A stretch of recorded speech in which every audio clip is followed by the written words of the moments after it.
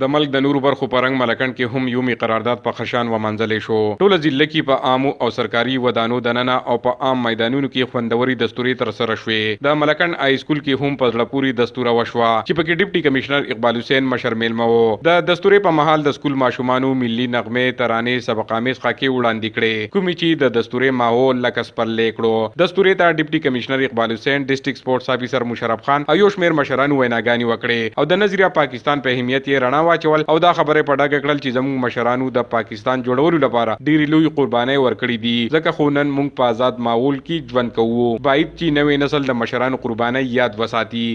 یو آزاد قوم یو او آزاد قوم چې دی هغه په ازادۍ سره اوسیږي، په ښکلې طریقه سره اوسیږي او دا ټوله ازادي چې موږ ته میلاو شوې ده دا د الله یو ډېر غټ نعمت دی. نو زه دې ماشومانو ته هم وایم چې تاسو یو خوش قسمت ہے او د ټول مشران د ټول ته چې موږ ټول ډېر خوش قسمت یو چې په آزاد ملک کې اوسېږو. آزاد ملک دپاره د ترقۍ دپاره د ټول نه اهم شی تعلیم دی.